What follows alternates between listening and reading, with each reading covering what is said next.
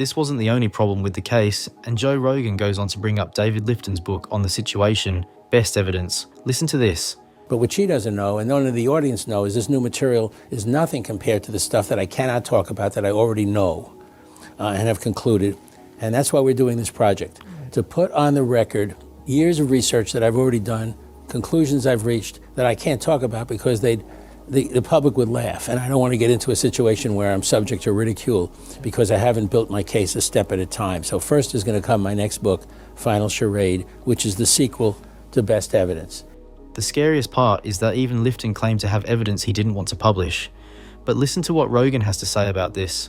From David Lifton's book, Best Evidence, which was a book by an accountant who went over the Warren Commission report and found all these factual inaccuracies and all these contradictions.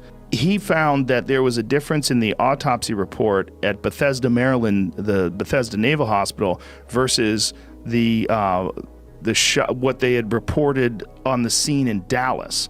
The first doctors that got a hold of Kennedy's body in Dallas before they flew him to Bethesda said that the hole in his neck was an entry wound. When they got to Maryland, they changed that to a tracheotomy hole. They changed the impact, and they said that this was not an impact from a bullet, that it was from something else. Take a look at this image of the autopsy report from JFK's assassination. This is one of the few remaining original papers from the autopsy, initially performed by Dr. Humes and several other doctors. Humes himself later admitted in a deposition that he had burned many of the original copies of the report. Along with this, Dr. Humes later admitted the autopsy had not been performed correctly. Even Mick admits something was fishy here. Yeah, someone said they enlarged the hole to insert a trach tube.